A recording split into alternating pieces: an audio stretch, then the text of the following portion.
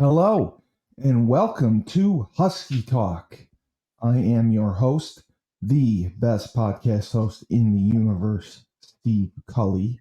And with me today, a very special guest from the 1998 team, the legendary team, and one of the all time best kickers in UConn history. I've been on a kicker streak, having the kickers on. He is known as Seamus, Dave DeArmas. Dave, welcome. Thank you. Appreciate you having me, Steve. Oh, sorry. Sorry. Say that again. I appreciate you having me, Steve. Thank you so much. Oh, it's a pleasure. It's a pleasure. I've heard so much about you that I feel like I know you. Likewise. So starting up, were you from Maryland initially? So I was born and raised in Miami, Florida. Oh, you're a Florida guy. Okay. And my dad lost his job end of my sophomore year in high school, and played football in high school down there in South Florida, at a school called Christopher Columbus High School. Very well known down there in terms of producing college and NFL prospects. So it was an all boys Catholic school, and then he got relocated to Virginia and to Dulles Airport here in Virginia, and we wound up moving to Maryland. At the time, it just coincidence. My brother was already playing football at the University of Maryland. Okay. And so we moved probably closer to College Park, so we could obviously be around there. And then I wound up going to DeMatha High School, Catholic High School. Oh, the legendary DeMatha High School. I mean, they were one of the best. I mean, every year they were just powerhouses. Yeah. So it was a incredible experience playing my last 2 years at DeMatha. So that's a whirlwind. Getting into kicking, did you start kicking at an earlier age? Were you on varsity when you were younger, as a freshman or sophomore? So I actually started kicking in Little League, Pop Warner we had down in Florida. It wasn't one of those things where, in Miami at that time, there was no pro basketball. So for the most part, you played football, soccer, or baseball. Those were the three main sports in South Florida, which is what we did. Because soccer was a different season, right? It was in the spring season down there? It was winter. Oh, it was winter. Okay. Yeah. So we'd play from football in the fall, then go straight into soccer, and then in the springtime and summer we play baseball, and it was just year round. And I played every other position on the football field, and it was I loved it. Fell in love with the game. My brother as well. And then just because we played soccer, it was just a natural. Coaches asked, "Hey, can you kick the ball? Can you try to kick it?" And they put a ball in front of me at practice, and I knocked the daylights out of it, and the rest was history. But you didn't have any sort of coaching or anything like that. No, nobody knew how to coach kickers. No, and so what my dad did, he worked some overtime, and he bought a VCR, and he would tape the NFL guys on Sundays, and then we would watch it, and then we'd go to the park and we would try to copycat what they did, and that's how we learned how to kick.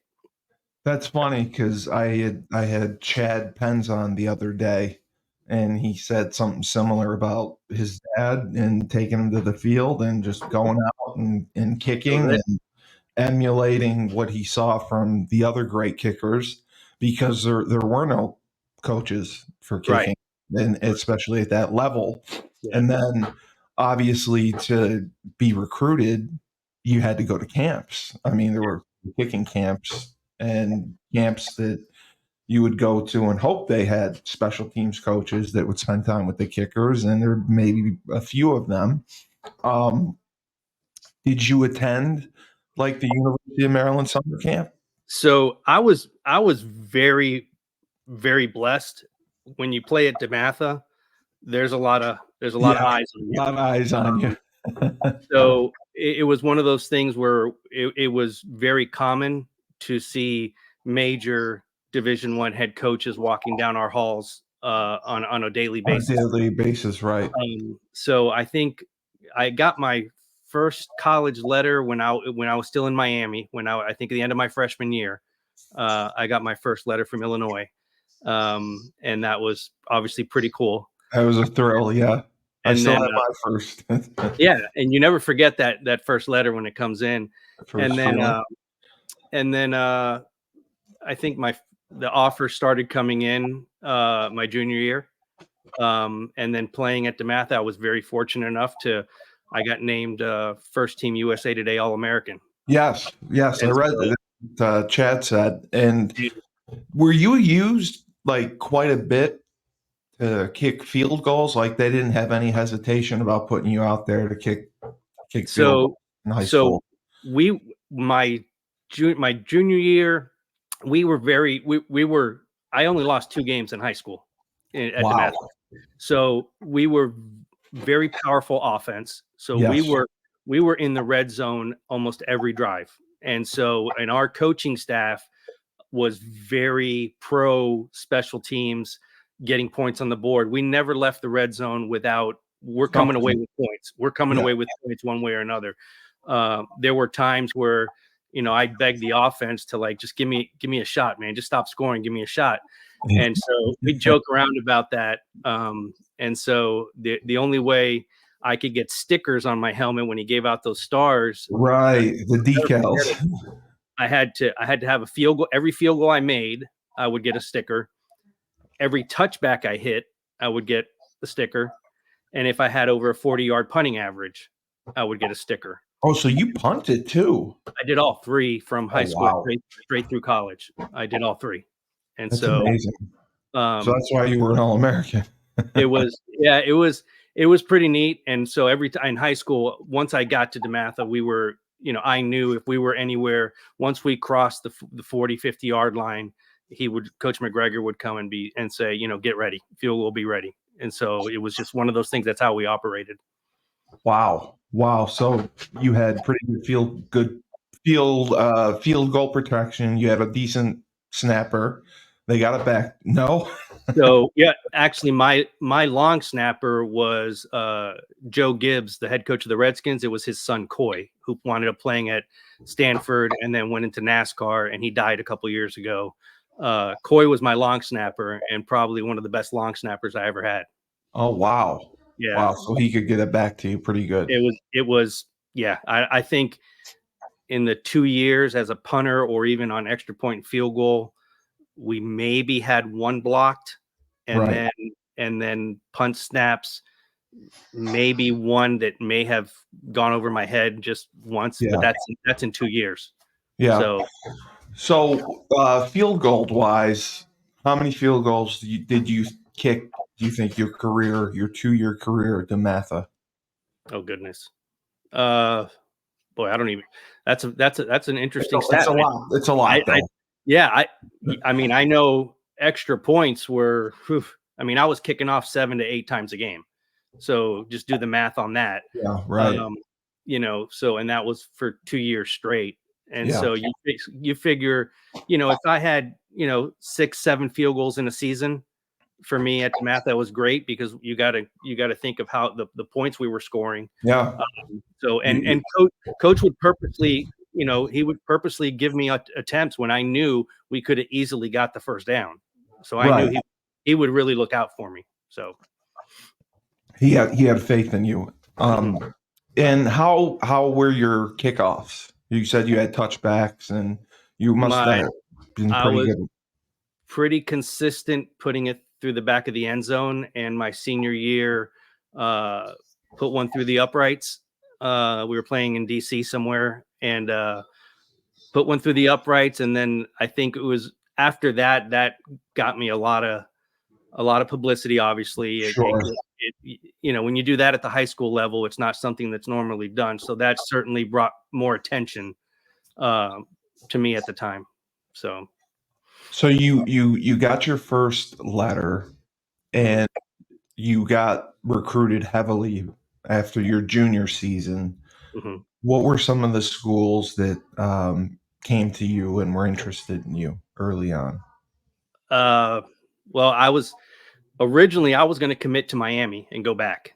That was my You had first an choice. offer from the U? Yeah, Oh, yeah, that wow. was, and I was pretty much, I miss Miami. And it wasn't much that I missed living in Miami. I missed the fishing. If that, I'm a fisherman. Oh, I love absolutely. fishing, and so I missed that, and so I was like, I thought I had my mind made up that I was going to go to Miami, and I got a call. Um, I got a call right around it's time to make decisions on commitments, and obviously Miami had made the offer. I had quite a few offers. Did you Uh, take did you take your official visits? Did you take all 5? yeah, Oh, yeah, I and want to hear where you official visited. I will tell you, the Miami visit. I can't even imagine what the U was like. You got to figure this is 1989, 1990. Yeah. Um, Yeah, so Michael Irvin. I it was mean, it was it was the Two Life Crew era. So it was a big it was so, and the what it came down to for me was I really wanted to redshirt, and every school that had offered me, that had come in, North Carolina and, the Penn States and all those schools, Ohio States, and those schools that came in there, they either said, we need you to play right away at one of the positions, because they were all recruiting me for punter, kickoffs, and field goals. They wanted me to do right, all. right. They weren't going to give you the 5th year. And I knew from an academic standpoint, having seen my brother go through college and the rigors of being a college football player, I wanted that extra year, and I Yeah. did. I wanted to redshirt. The two schools that offered me a redshirt were Miami and Maryland at Right. the time. And you have to think about that and how you're going to go about doing that, and if it's the right decision. But as we were getting closer to commitment day, I get a call that one of my buddies from high school in Miami was shot and killed in Coconut Grove. Um, Yes. Oh, wow. that, I think, for me, that changed everything, because I could 100% guarantee you I would have been in that car with him. Oh I my God. That's how close we were. I would have been in that car. Um, and so now you start looking at life Jeez. different, right? And it was, I knew for a fact that if I committed to Miami, I was going to win a national championship or two. I knew that was going to You happen. saw that coming. And Yes. sure enough, the next year they won the national Yeah. championship. Yeah. Right, what would have been my redshirt year. Jimmy Johnson. It was Jimmy Johnson started my recruiting, and Dennis Erickson And picked. Dennis Erickson. Right. Okay. Um, and so it was one of those things where you sit back and now you're looking at football a little different. You're looking at from a life perspective. Maryland, obviously, DeMatha from Maryland is not even 4 miles down the road. Yeah, Right. I was on that campus all the time. That's where I worked out. I did everything. I knew the guys. My brother had been there since '87, and the coach at the time said, "Listen, you're going to redshirt behind your brother, but we're going to travel with you." He And was so gonna. Yeah. He was gonna bring you on the trips. now I get to not only watch my brother, I get to sit back, watch what it's like, to be a college football player, because that jump from high school to college, we know It's such a transition. it's not easy. I don't care what division you're playing at; it's not an easy one. Uh, No. No. and so we, I got to spend that year traveling and rooming with him and watching him, That's awesome. Yeah. and then he graduated, and then I stepped in that next year and took over all three positions. Oh, see, because I mean, when they recruit kickers now, the expectations are they really want guys who can do all 3. They want the kickoffs, they want a guy who can punt, and they want a guy who can kick field goals. There's 2 worlds of philosophies. There's the ones that like you said that can do all 3, and there's ones that have just individuals. They have a kickoff guy, they got the punter and the kicker. So doing all 3, like I can't even imagine practicing. Yeah. must have been a challenge because It you was got to be up for all the special teams, it including the. was it was one of those things. So I went into it where there are three completely different kicking styles, right? There's different techniques to the punt, to kick off the field goal, and timing and all that stuff. But I always viewed it as one job for me. And so Mm-mm. I always, I don't, You for never me, saw it like, as three different things. if they came to me and said, you're only going to kick, man, I would have lost my mind. You would have been pissed. I would have, that would have, I don't know if I would have slept. I mean, for me, it was one of those things where I could not sit back and watch somebody else do something that I knew how to do. Are you saying I can't do it? Or are you saying Yeah. there's I mean, someone better? Yeah. so I spent so many hours practicing. It was just that drive. I was not, and that's from, growing up in South Florida, where that you hear the jokes and everything, but it's a little different, No, it's a lot. It's a lot different. in terms of, we might get beat, but we're not going to get outworked, you know? Yeah, it's a lot. It's a lot different than, especially where I am in New York. We barely have like spring football, Yeah. so down there, football's life. I mean, it's the culture, and that's just how it is. Yeah. Um, your father, was he a big influence on you playing football, or playing football and he wanted you to be a kicker? It was funny because, he was, my parents both immigrated over from Cuba in the 50s. Okay. And so the whole family was Cuban, and that is part of the culture down there in Miami. Right. So he was a baseball player and a Oh, professional wrestler, and he was a professional wrestler. So he kind of did, and his nickname was Kid Kangaroo, and I your guess dad was King Kangaroo? yeah, he used to do all Oh these my splits and jump God. around the ring, and it was awesome. All the stories I heard. Um, Oh, and so he didn't know anything about football. Obviously, back then, um, the Dolphins were really the only show in town. When they started, so he was a huge Dolphins fan, obviously. And so, but as far as us playing, his support was always like, whatever my kids decide to do, I'm going to I support will be 100%. part of that. Yeah. And it didn't matter if we said, hey, we're going to play baseball, we're going to stick with soccer. He didn't care. It was just, he was always there. You got to remember, Miami in the 70s and 80s was a real rough place growing up wise. Very easy to get in trouble, very easy I to was. to to to to just hang out with the wrong people. So Gangs and drugs and he, violence. It was he, everywhere, right? yeah, whatever you see on Miami Vice and Scarface, that's true. It's That true. that's true. I mean, Yeah. that's Yeah. the streets are just, that's kind of how it is. So he made it a point to come home every day, and he would come home from work, and he would get my brother and I, and he would take us to the park that was just down the road. He always kept you busy. He always kept you. He You were kept us playing three busy sports or and kept us out of the mischief that we the absolutely would life. have gotten into. Yep. Yeah. Yeah. Because I mean, from obviously not experiencing, from what I've heard, is a lot of guys don't have a choice. I had Chris Bellamy on um, about a month ago, and he said he had to join a gang at like 12, and he said like I didn't have a choice. If Hmm. I didn't join a gang, I was going to get beat up by someone, Yeah. one or the other one. So I had to go in. And then he told me about how he had to get jumped out, and I Yeah. can't imagine that. So that's such a tough environment. And then you go to Maryland, and Baltimore's not the best city in the world either, and Right. it's not the safest city. Yeah. So it's good that you went to DeMatha Yeah. and were with good people. You had great coaching, and it obviously paid off because you end up in Maryland. You redshirt. You get to play with your brother his final year. Was it his final Hmm. year? Yeah. Yeah. Get to Yeah. travel, room with him. That must have been awesome for your family. Um, and then as a freshman, you played.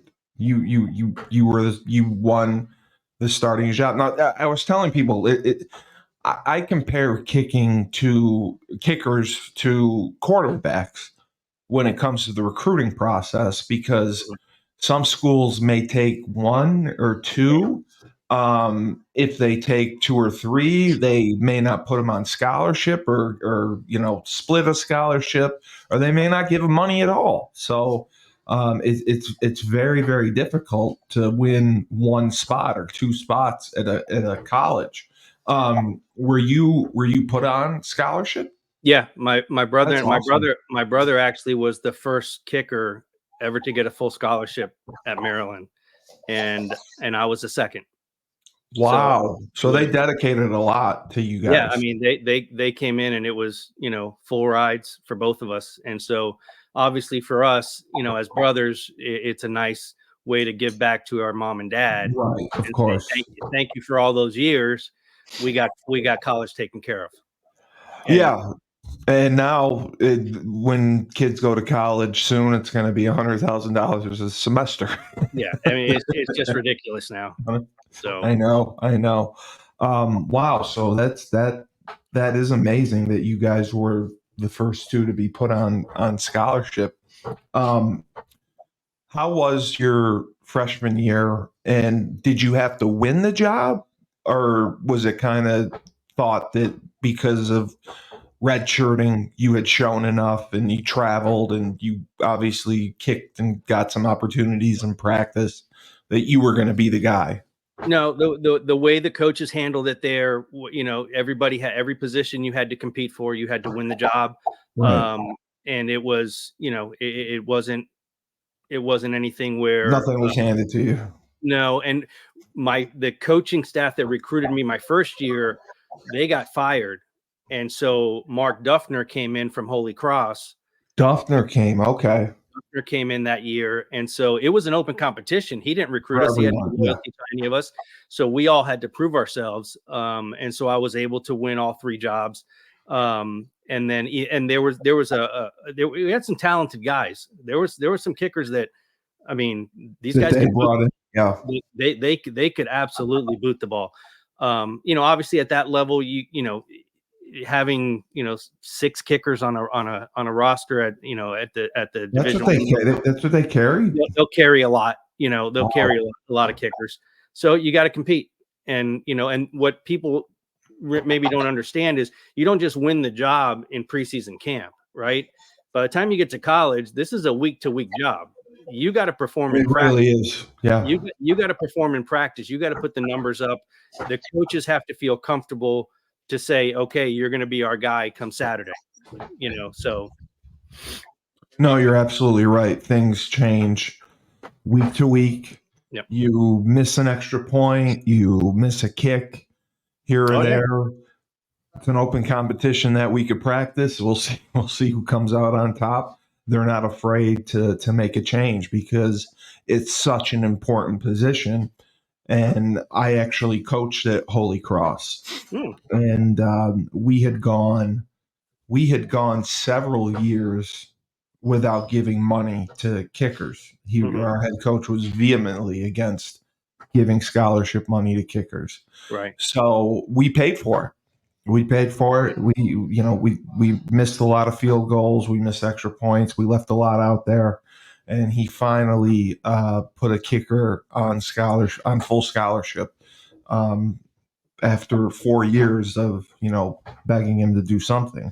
Yeah. So I mean, the frustration when you get down there and you don't have somebody that you can rely on, Yeah. No, it you got to makes come. all You the got to difference come in out the with world. points. You got to come Yeah, out with points. you got to come out with something. Yep. So did you stay at Maryland your second year? So yeah, my redshirt freshman year. So I Yeah. played that whole year. It was a wonderful experience because now we're playing at Penn State, at Florida Yeah, State, at Clemson. We're getting to experience, playing in front of 100,000 people.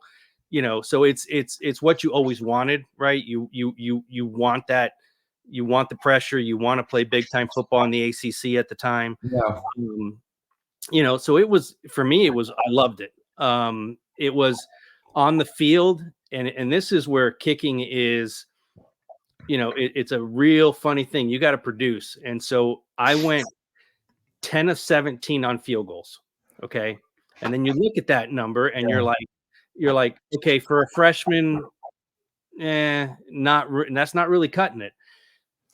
But it probably didn't put you in the best situations, or there could have been blocks. I mean, it's not always easy. Here's the thing that just absolutely I've never gotten over.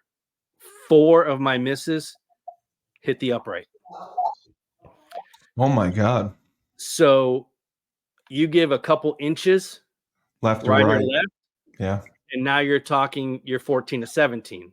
No, now you're 14 to 17 as a true freshman. That's a over number. a couple inches, you're making first, second team all ACC. Right. Right. So that's a hard pill to swallow. That still bothers you to this day. I'm To this day.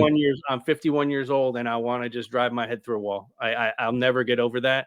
But you learn. You learn from those, yep. because it ultimately, going through that tough of a season, made me better down the road. That adversity, of course. Down the road. It makes you very mentally tough, because when you're playing in front of, on an average weekend, 50, 60, 70,000 people, right? Everybody's got something to say. Thank goodness we didn't have social media back then. Yeah.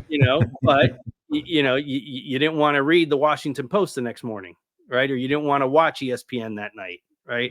So it's one of those things where you learn, and as a 18, 19-year-old kid, a lot of times you're not ready. You're not ready for that's a lot of pressure. Other people's opinions. Yes. No, it's tough to read other people, especially if the Washington Post is writing about you. That's a little bit different than the Hartford Courant. I mean, it's the Washington Post. It's read nationally. Yeah. So I can imagine. In Maryland, that was when the ACC is obviously tough. The ACC was a tough schedule. I mean, North Carolina, Florida State, you're walking into the Lions at Clemson every weekend. We played the 2 games I remember. Florida State, it's the year they won the national championship with Charlie Ward at quarterback. Charlie Ward, fast break offense. And watching him play quarterback, it was a man amongst boys on that field. Yeah. And they had, they had studs at every position. Okay. They were number 1 for a reason, but Charlie Ward was something special. That was something very special to watch. It must have been amazing to see. It really was, So, and I had one of my best games ever in college against them. So that's a good memory to take away. As a Miami boy, that was something I had that inside of me. I couldn't let Florida State get the best of me. So that was good. And then Clemson, by far the loudest stadium I've ever played in. I remember, I think it was senior day, and Levon Kirkland was their linebacker. Oh, he was a big boy. Yeah. And when he came down that hill, he touched the rock. And when he came down that hill by himself, I remember turning to my roommate, and we were like, helmets on, and we were yelling at the top of our lungs. We couldn't hear each other. Yeah. We couldn't hear each other.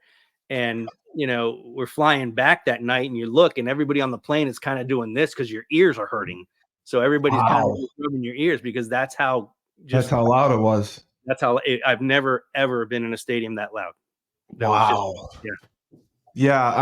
I remember when I played, we played the U when they were the U, and it was Ken Dorsey, Willis McGahee, Jonathan Vilma, Sean Taylor. I mean, so my memory was being in the locker room and the clock's ticking down, but before we go out, and everyone is just a complete nervous wreck.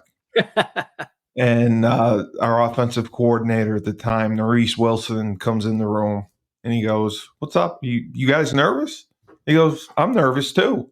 I'm nervous we're going to drop 21 on them in the first quarter. And he loosened everyone up. And I remember going out there. We ran out, and then all of a sudden, Thunderstruck plays on the loudspeaker, and the stadium was like the loudest I ever heard. And the fog goes off, and these animals just run out on the field, and they're doing backflips, and they're just monsters. And I'm like, oh my god! I'm like, what do we? I don't want to go. Can I get on the bus, please? Like it was. It was scary. I mean, I know what it's like to see something like that. So end of your sophomore year, is that when you made a decision to look to transfer? Because it's different than it was now, Yeah. where the transfer portal, you get 2 times a year you can enter, and you're basically re-recruited and you find a home. So I went to our head coach at the time, and you can't sign with another school unless your coach gives you Signs off on it. Yep. off on it if you wanted to go to another 1A school. You had And to so sit out. he had to, if I was going to go transfer to another Division I school, I have to mandatory sit out a year. Miami offered me a full ride, and unfortunately, coaches at that point had a lot of power, and they could tell you where you would go and where you would not go. I wasn't allowed to go anywhere in the ACC. I wasn't allowed to go anywhere about anyone who would be potential opponents play in the future. Wow. and so He shot that down. yeah, and and Oh my God. back then that's the norm. That's just what the NCAA had. So Yeah. you kind of just got to deal with it. But they had the rule that if you transferred to 1AA at the You time, could play right away. you can play right away. And and I wasn't quite sure if I was going to leave it, but then a month, 2 months after the season, Maryland dropped my major at the time. And so I was that like, made a difference too. now my academics that I came here for are gone. Right. What am I doing here? I wanted to go. And the coaching staff that recruited me to Maryland at that time, the defensive back coach was at UConn, Greg Williams. Oh, yes. Okay. And so I called Coach Williams and I was like, "Hey, do you guys need a kicker?" And he's like, so you reached out to him. "Yeah." Because back then it was different. Yeah, there was no portal, there was no nothing. You usually have to go back to your high school coach and say, "Hey, can you call so and so?" Or send film out, right? I had such a good relationship with Coach Williams from playing for him at Maryland, right? That I knew he was at UConn, so I just called him and I was like, "Hey, are you guys interested in a kicker? Do you guys looking? Do you need anything?" He said, "Give me 30 minutes, I'll call you back." And he called me back and he said, "When can we get you up on a visit?" And you took your official visit. And I took my official visit. And it was, I will tell you, it must have been a culture shock going to stores and seeing the stadium and everything. Yeah, but it was at that point, I was so ready for a change. Yeah, it didn't matter. You could have put me in the middle of a cow pasture and I would have been happy. I didn't care. And I tell people this all the time. If I would have known what incredible teammates I was going to have at UConn, they would have been in my top 3 coming out of high school. Yeah. That's for sure. It's different. I believe it. It was just I was so blessed and amazed with some of the teammates that I had there. Just amazing guys that we're still friends today. We're still friends today. It's a different bond. Right. And I think I committed on my visit. There, and it was in the middle. It was, I want to say it was. I don't know if anybody was on campus. It was in the middle of nowhere. It must have been over January break. Yeah, and I was just saying, there was a couple people around, but it was awesome. They take you a basketball game and everything. Yeah, it was. It was just one of those things, and I was like, I could totally. I needed something I just needed something different, and I was ready to go anywhere. And I didn't, I know they had a senior kicker returning, and a senior punter returning. Yeah, they had some pretty good talent on the roster. I knew that, and they gave me the same thing. They did give me a full scholarship as well, so that was wonderful. But with anything, they said you gotta beat them out. You gotta earn the job. And I said that's fine. I can handle that part. If you're gonna give me a full ride and you're gonna commit to me, I'll handle the rest. So That's incredible. Like um, you made some very mature decisions at an early age. I mean, the thing with Miami happening to your friend, changing your mindset of where you wanted to go. Maryland, running into that and deciding to transfer. I mean, because most kids, especially like myself, you're not thinking long term. You're not thinking the academics of it. You're not thinking of your degree. You're not thinking of your career. And you were looking at the big picture, and you were kind of seeing like, okay, let's see how this plays out. This is what I need. This is what they have. This is what they're offering. And I'm not going to have to pay a dime for it. And I right, can kick. And you believed in yourself. You believed in your ability. No self confidence issues. right. Was it Skip Holtz? Was Skip there? Was that So it his was. first year? I played. So here's the funny thing: in 5 years of college, I played for 4 different head coaches. So I played for Joe Krivak at Maryland my first year, Mark Duffner my second year, Tom Jackson my third year, and Skip And Holtz then my last Skip. 2 years. Okay. Okay. And because I was talking with Chad, and he said there was just such a drastic difference between Tom Jackson and Skip Holtz. Yeah, and it was playing for Coach Jackson, and like I said, it I think unfairly he catches some heat, but He does. because of the name Holtz, right? Sure. Sure. You're going to get that, and you understand where Skip had been. Skip had been coaching on Bobby Bowden's staff. He was coaching on his dad's staff at Notre Dame, right? Yep. So Yes.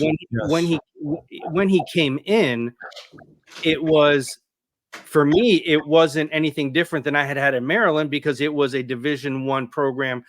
Expectations, practice, how we're Correct. going to do it.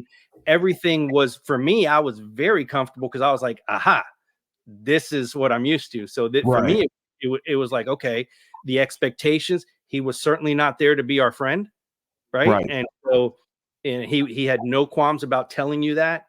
Um, that's just how it was, and you had to produce. And Yeah. Right.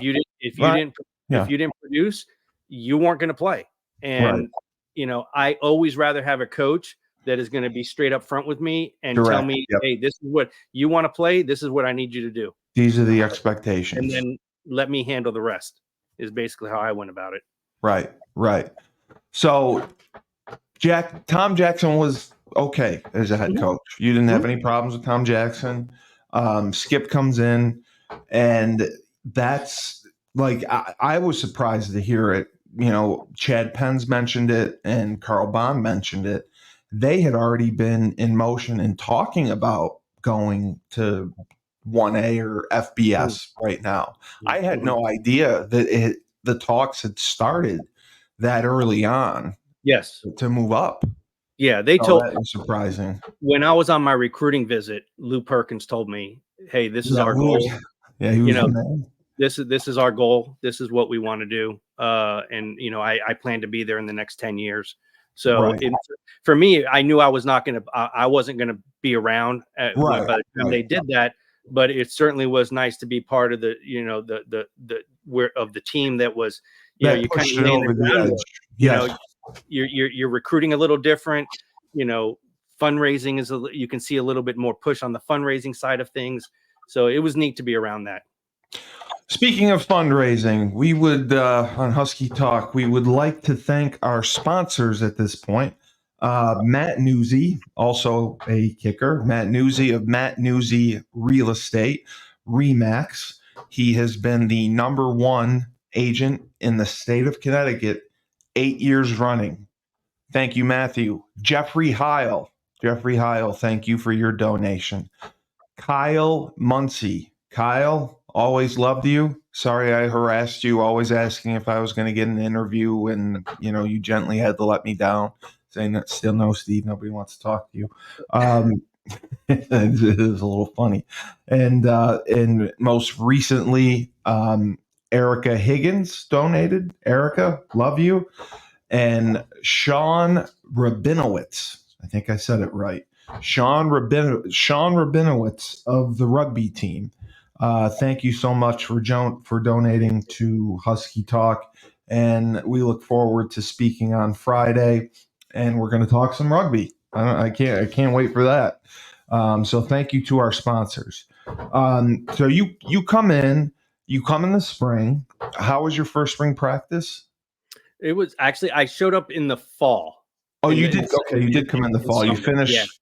You finished the semester at Maryland, and then went. Okay. Yeah, and then you go out there and you're looking at the guys, and you're looking at just positions and things along those lines. And the one question I got asked by everybody on the team was, "What's the difference? What's the difference between ACC and what I'm saying?" And what I tell everybody, it's size and speed. Yeah, it is. That's all that it is, because where maybe one of our D tackles, right? I know we had a D tackle who was just, I mean, I love watching him play. He probably would have been inside linebacker for us at Maryland, right? With his speed, with his footwork and his speed and his size. So that was, so you look at it from that standpoint. Those were the biggest things. And then obviously you size up your competition, and you look at the kickers and the punters. And like I said, for me, it was one of those things where there's me off the field, and then there's me on the field. Sure. And that's two very flip a switch. Yeah. Two very different people. And I love these guys, I love hanging out with them. There's always going to be, hey, if you're competing for the same spot, and remember, we play a position where only one guy's going to play. Only one guy plays, right? And I'm not just going up against the kicker. I'm also going up against the punter and whoever wants to kick off. So I'm competing with three different guys. Everything, yeah. And so it was, having been through everything I went through at Maryland, prepared me to come in big time and compete. There wasn't it just, for me, it wasn't there was no nervousness. It was business. It was business. The adversity that you overcame at Maryland. I mean, that prepared you as well. Yeah. And I was never really a big weight room guy. And I know I drove Coach Martin nuts. That's all right. But I did too. I spent many hours out on the field practicing. Like I would kick, I would do way. If I wasn't around, you could probably find me on the field. I was kicking somewhere. Consistently. You were either on the turf field or Memorial or doing something. Since I was 8 years old, I was always out there kicking, doing something. And so by the time it came to compete, and what I find is, it's funny because in high school, at my high school in Miami, I didn't win the position in practice. It actually came to it was in a game where the starter went in, missed a field goal, and the coach said, "You got the next one." Right. And I came in, I hit the next one. You nailed it. In both situations, there and at UConn, I'll never forget, it was a 44-yarder against BU. And Coach Jackson came in and said, "It's your job." He's your guy. He's our guy. During the game, he said, "It's your job. Never look back." And that was it. And so that's amazing. And I just did that, you didn't win the job out of camp, and then you go to BU and you get your shot, and everything is about timing and opportunity. That's it. And making the most of that opportunity, and you made the most of that opportunity. You can't be scared to compete. Yep. And it's a position where, every time I went on the field, I had 100% confidence in my teammates that they were going to get the job done. But deep Sure. down, I wanted that game to come down to 2 seconds left on the clock, and we're down by 2 points. Right. That's what I wanted. I wanted the game to come down to a last second. Wanted to make the game-winning kick. I did. I wanted it to come down to it, and it just, that's just how I was. That's never changed for me.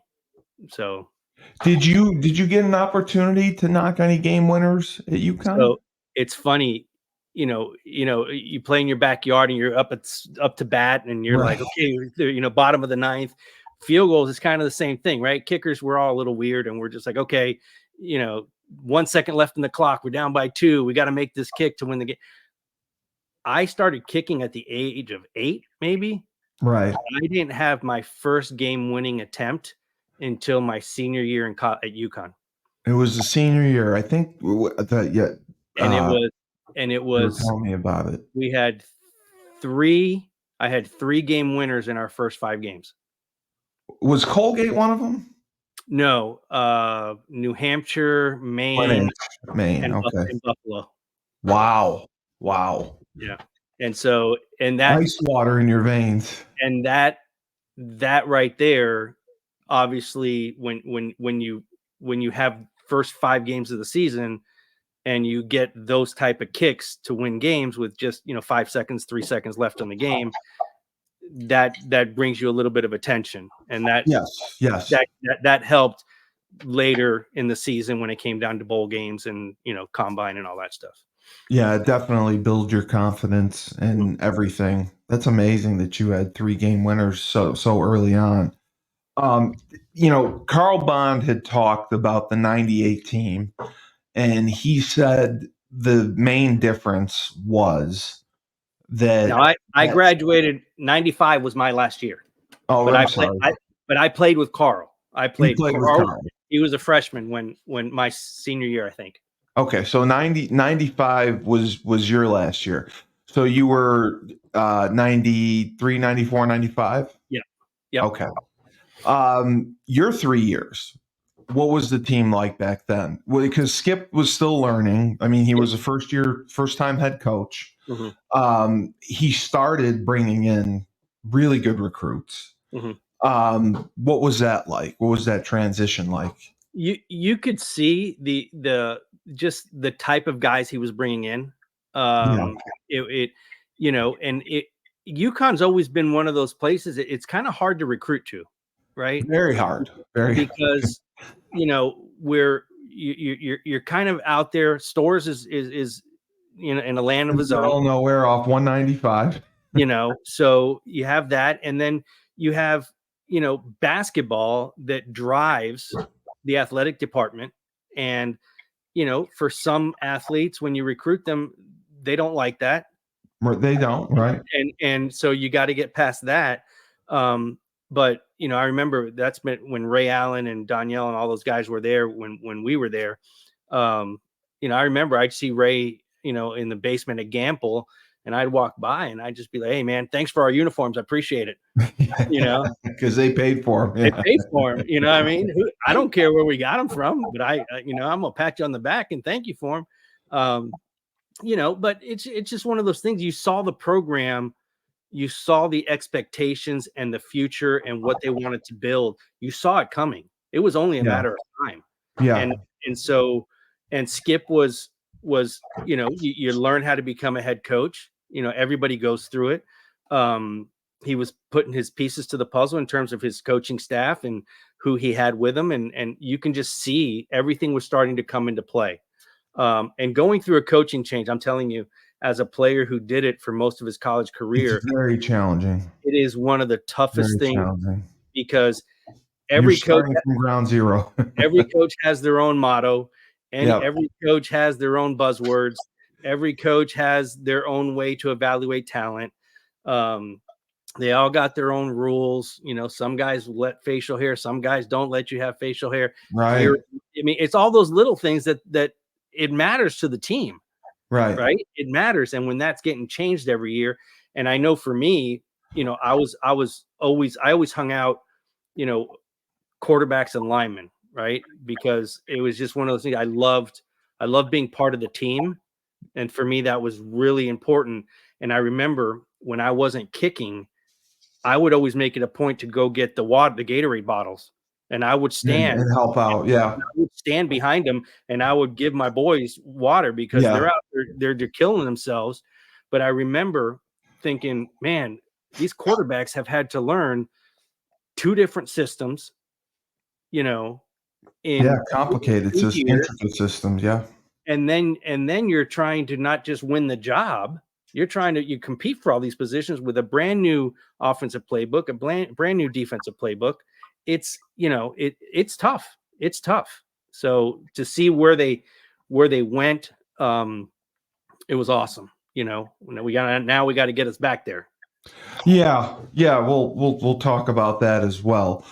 So, statistically, how did you do in those 3 seasons at UConn? And what did your major end up being? It was human development and family relations You with a were concentration. HCFS. Okay. Yeah, with a concentration in adolescent counseling. Oh, okay. Yep. So, So okay. So it was which was the best decision I ever made. Yeah. Absolutely Yeah. loved it. I had a lot of friends that did the same program. Yeah. It was very, very popular. Yeah. And statistically, how did you do? So I think my senior one year I was 17 of 24. So I got a lot of attempts in 1 year. Yes. And that really helped. And my punting average was always hovering, 40 plus. And then kickoffs, I was pretty consistent with putting touchbacks. You were all conference, right? All ECAC, all that stuff. I mean, Yes. Yeah. you did it all. Yeah. And so that was, I saw the progression that I was wanting to see by my senior year. Playing in the NFL was to me, it was never a dream or a goal or anything like that. Right. I always took it as, if I get the opportunity, great. If I don't, I'm okay.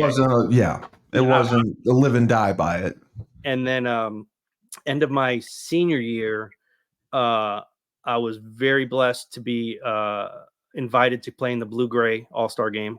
Yeah, that's a huge invite. Yeah, and so back Christmas Day. And so got that. And then I got also, like a week later, I got invited to play in the East-West Shrine game.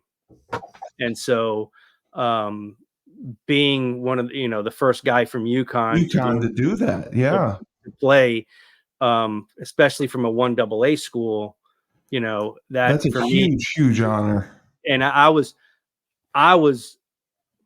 think for me the most proud was that I was representing UConn.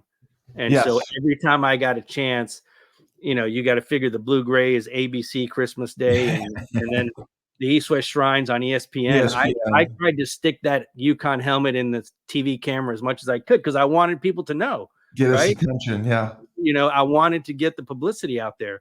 And so those were 2 wonderful opportunities to play in those games. And then I got invited to the NFL Combine, in Indianapolis. And, as a kicker, they don't take that many, it is. So it was really, really neat to go there. And by that time, you played with most of the guys that were at the Blue-Gray game, most of the guys who were at the East-West Shrine. Everyone, yeah.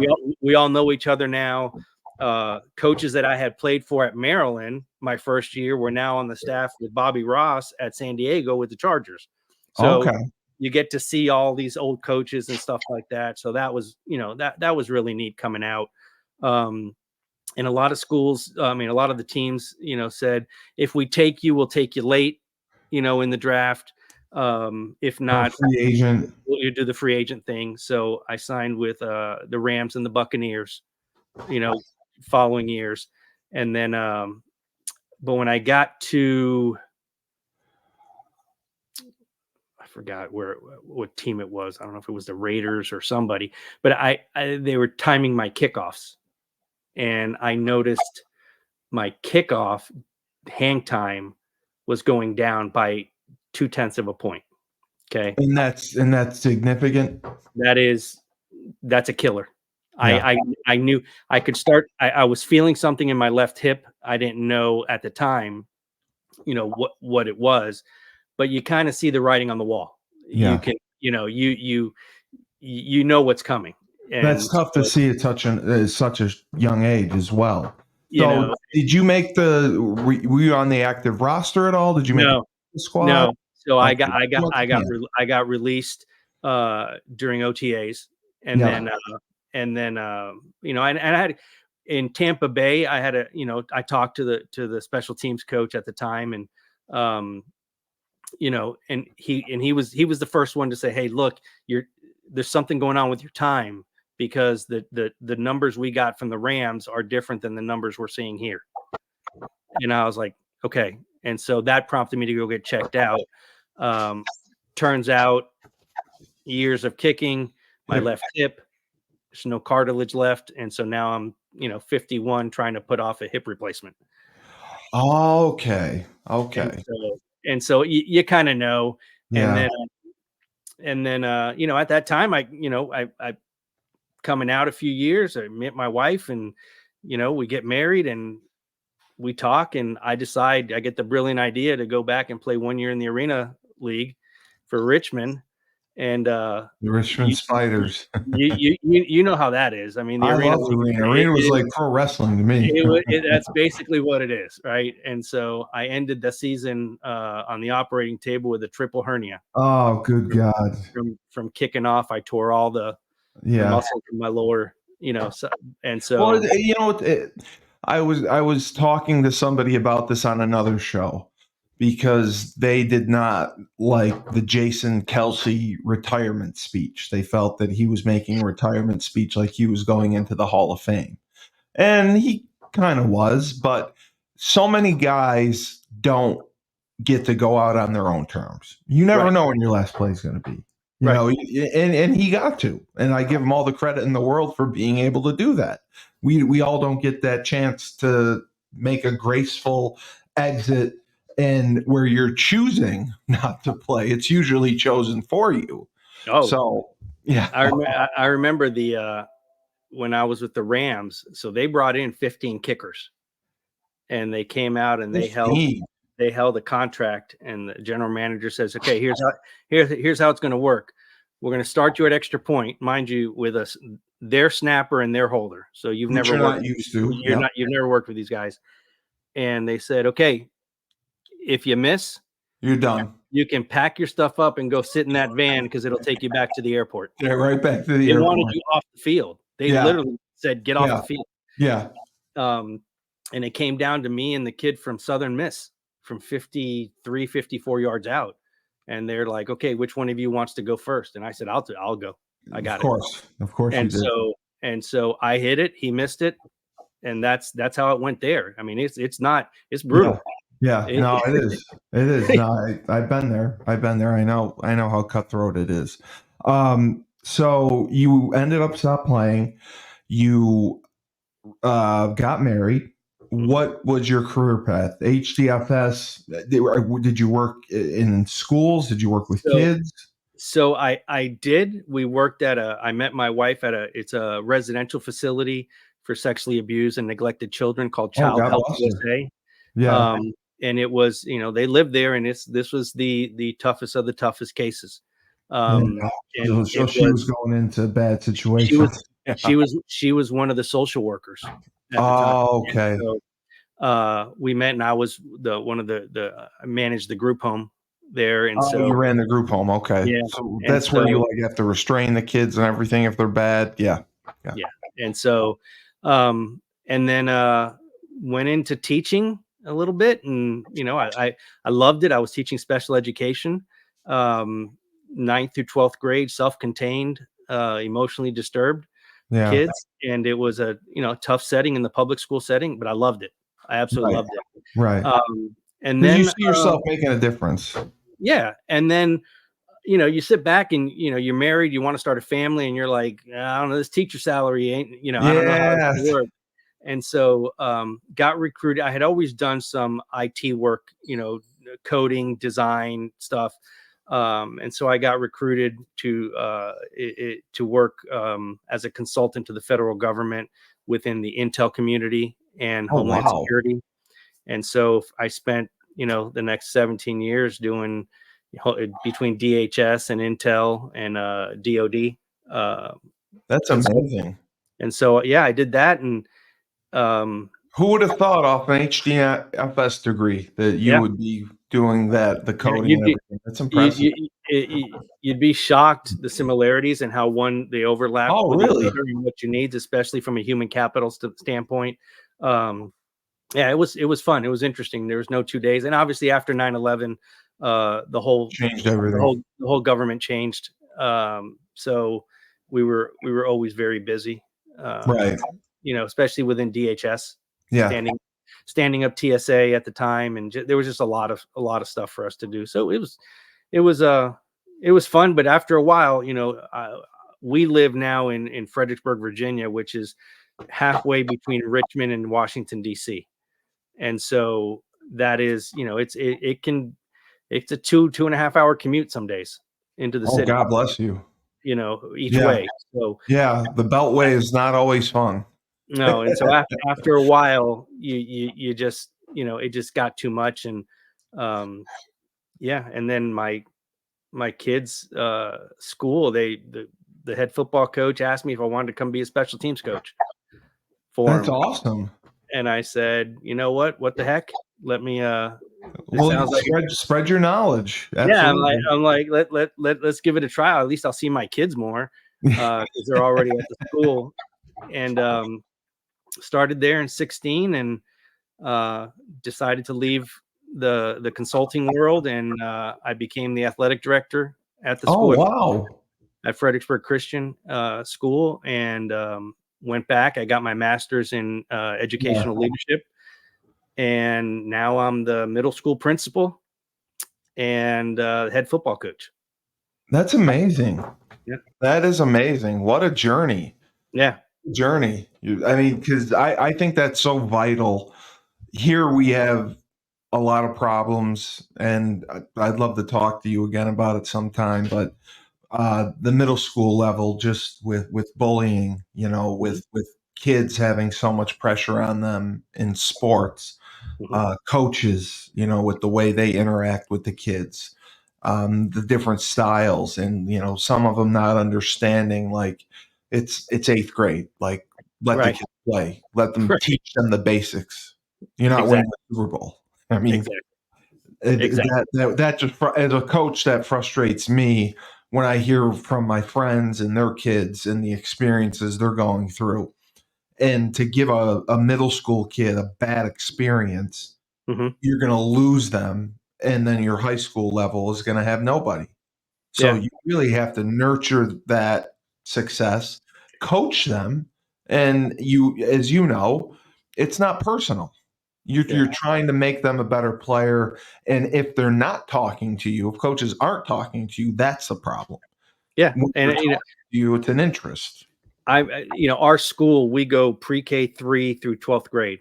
And so we have a middle school program Oh, and we have the varsity football program. I'm the varsity head coach. okay. Um, and Wow. so, but our guys, when I was putting my staff together, to your point exactly, I was very concerned about what I was seeing in terms of youth coaching, and Yeah.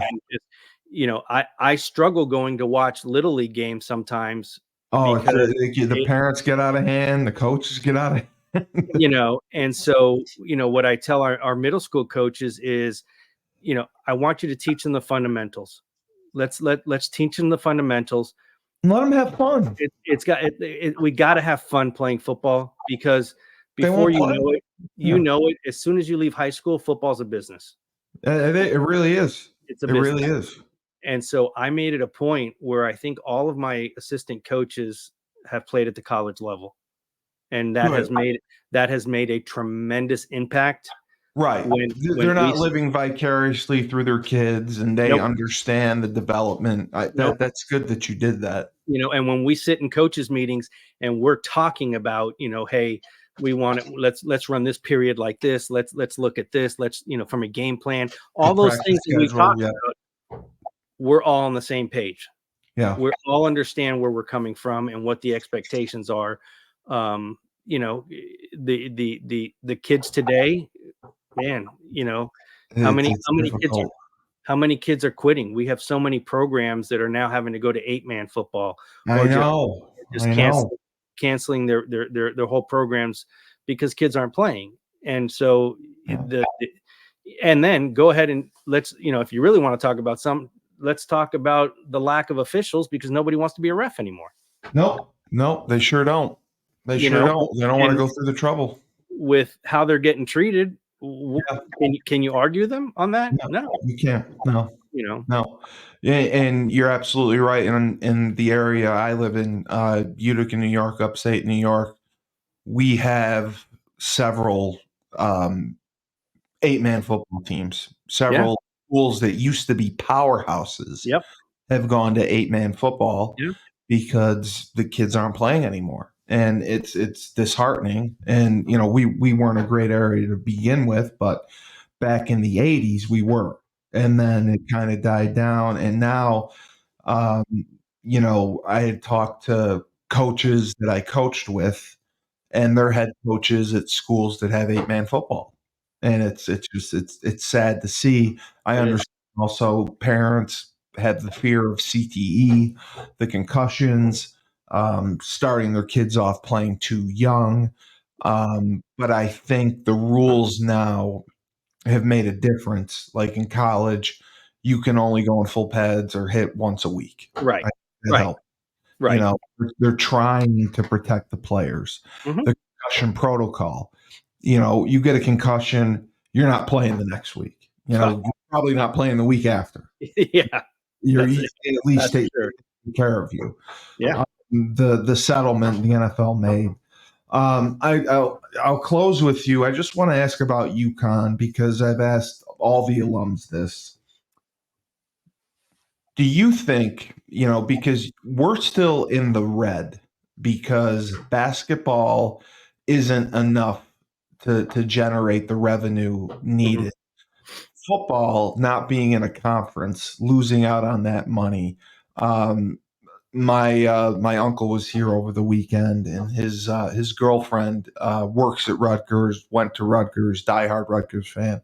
Rutgers can go 5-7, and they're still getting $40 million. UConn not being in a conference, Killing us. especially being an independent, has to go to Tennessee and get destroyed and get $1 million. Right. Just stay above water. Um, do you think it's a situation where they should leave the Big East and go into the ACC full time? Should they try to stay in the Big East only for basketball and try to get into a conference for football and all other sports? How do you think that situation should be managed? So if you look at, let's just take the ACC for example. Basketball, they're going to do fine no matter where you put them. Absolutely. Yep. They're still going to compete for national championships, whatever conference you put them in. Correct. So that's never going to change. But we live in a very money-driven world for college athletics. You see it with NIL. Yep. You see it with the revenue sharing at these conferences. Okay, your Rutgers point, that is spot on. What they're getting from the Big Ten right now. I mean, how do you whoever made that decision, how Rutgers got in, and however made that decision, hats off to them. $2.7 billion television deal. I mean, and they split it up. Yeah. UConn needs to get into a conference as soon as possible.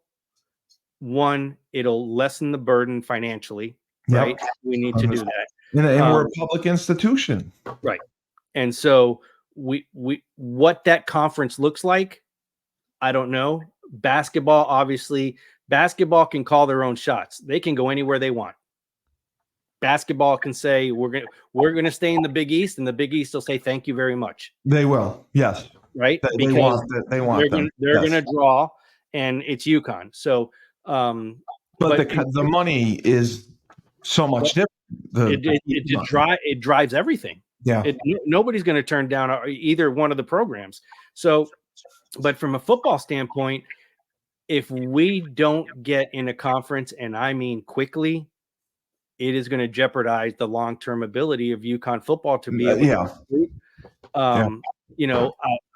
I like Coach Moore. I like what he's doing. I went to the bowl game against Marshall last year Yep. down in Myrtle Beach to support them. I like everything that's going on, but let's face it, it's no longer just about wins and losses. No, It, it's not. You got you to know, generate revenue. you got to generate revenue. And it's an arms race with the facilities. And then now you're talking about, well, what's the impact going to be on recruiting? Well, now you get into the NIL world. Yes, which they just recently started. I had Tommy Collins, and he told me he got together with Mike Burton and some of the other guys and said, "Hey, I'm sick of losing. Like, we got to get some money together." And Andy Baylock, Coach B, I had him on the show last week. He told me their top 3 players, I think before Moore got there, they had a running back, went to Michigan State, and they had 2 other players that transferred out. Their 2 best, they had a linebacker and a tight end. Best players, starters, transferred because they were getting NIL money. We couldn't give them anything. And how do you blame the kid? You can't. You can't. You can't. Now, I mean, now at least the NCAA passed the rule that the kids will get a piece of the television money. Yes. So for the first time ever, the kids will be paid by the school. Yes. And then now you also have the NIL deals. In my opinion, the NIL has to be regulated to be for the schools to be competitive, because they're the haves and the have-nots. Oh yeah. And not every school is going to be spending $15-20 million on players. I mean, I think there should be almost like a salary cap. Like, you get $5 million every year to spend. Right. And I recently saw the lawsuit by the quarterback from Florida. He was promised $13.8 million upon enrollment. Yeah. On an NIL deal. He never enrolled, and he didn't think the money was coming, so he didn't enroll. He transferred to Arizona or Arizona State. And now he's suing to get his money. That's just, it's the Wild West. It's ridiculous what's going on, and it's sad. It's pro football. It's another pro football level. That's it. And so, I'll tell you this. You talk about somebody who's in a tough position is the AD at the schools, not at the big time schools, at these smaller schools. The group of 5. Yep. Yeah. The group of 5 that are having to face these decisions. Right. That's what they said. It's no longer, we just got to sell out all our home games. It's not just selling the tickets. Right. Now you got to get NIL money. You got to get, there's more to this. And so, it's a business, and it's sad. Right. It's sad. I do think it's sad. I coached at Holy Cross for 8 years, and I had smart kids. They were thrilled, because the Patriot League had just gone scholarship. They were thrilled to get an Ivy League level education and have it for free. And we had an alumni base where they were walking into incredible jobs. I loved that. I didn't like recruiting because there was so much lying. The kids would lie, the parents would lie, the coaches would lie. I didn't like some of the things that the kids would do, commit, decommit, commit again, decommit again. As coaches, if we had on our board the number 5 DB committed, all good, and the number 2 DB wanted to commit, we would pull the scholarship from the kid who was verbally committed at the 5th spot and give it to the kid at the 2nd spot. Yeah. And I always thought that was wrong. It's just a rough world, and it's not fair. And I understand that as coaches, your jobs are dependent on the performance of 18 to 21-year-old kids. Right. I get that part. I just wish it was a little cleaner. I wish it was a little more regulated. I'm 35 minutes from Syracuse. Both my parents went to Syracuse. Syracuse football was a monster in the late '90s, early 2000s, and they're in the same position. They never put together an NIL collective, Right. and completely fell off. And now they're finally starting to do it. But there were teams that did it right away, and now they're playing catch up, Yep. trying to get That's these exactly what kids. it is. That's exactly And what it is. I'm thrilled to hear that UConn is doing it.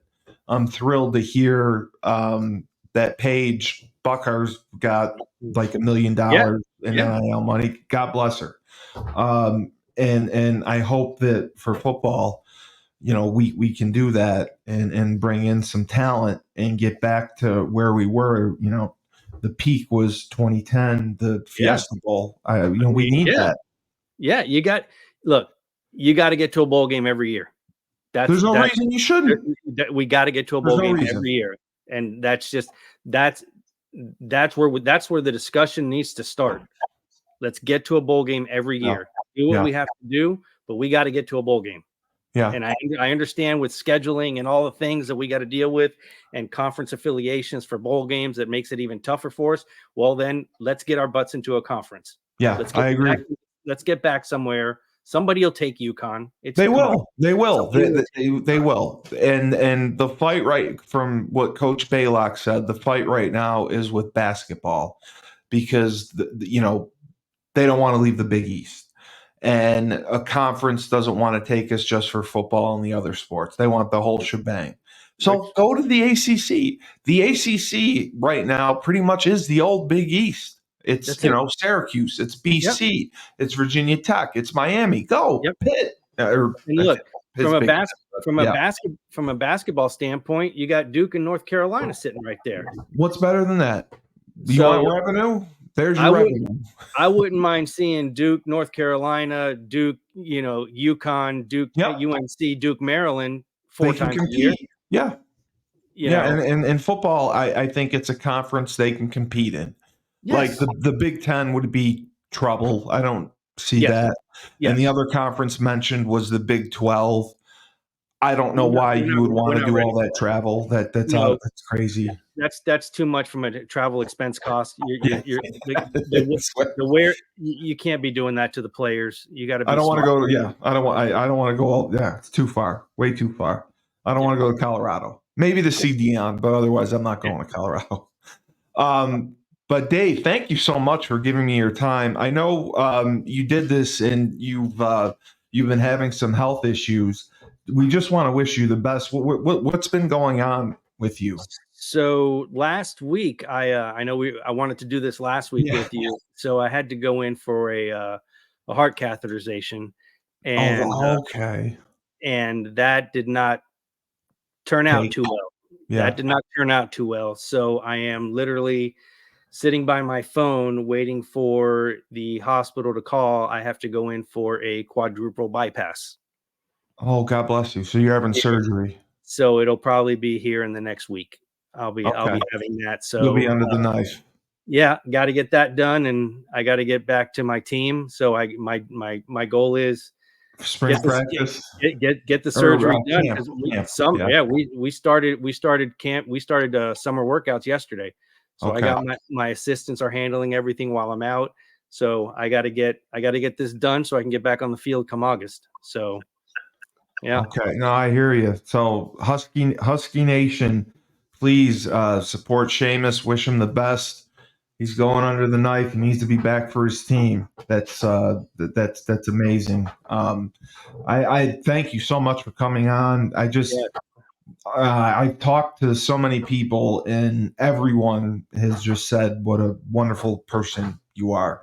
Nobody said a bad word about you, and suggested talking with you. And you did a lot of firsts for UConn, and were part of that foundation that helped me, get to play at the 1A level. So I appreciate everything that you did for the program, and I'm happy that you're a principal, coaching, and you get to see your kids, and you're mentoring the next group, and you're doing it the right way. So congratulations for that.